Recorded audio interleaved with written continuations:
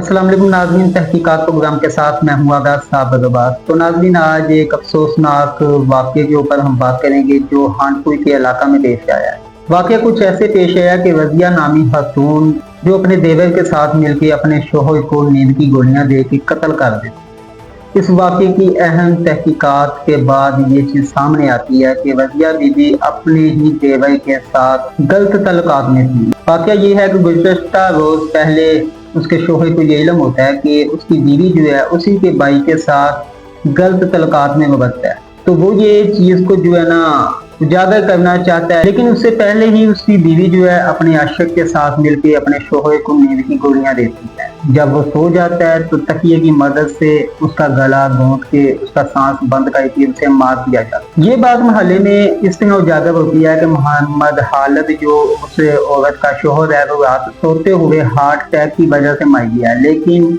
असल तहकीकात करने के बाद जब पुलिस तहकीकात को उजागर करती है, तफ्तीश का जो पहरा बांधती है, उसमें ये चीज वाज़िया हो जाती है कि ये जो है ना एक कत्ल है, ये कोई हार्ट अटैक या तिब्बी मौत नहीं थी। पुलिस जब इसे उजागर करती है तो असल बात सामने आती है कि वो जो देवर है उसका भाई था मकतूल का और उसकी बीवी आपस में गलत तल्लुकात में थी, और उन दोनों का जब उसके शोहर को पता चला तो उसने उसे रास्ते से हटाने के लिए जैसा प्लानिंग की और उसे रास्ते से हटा दिया।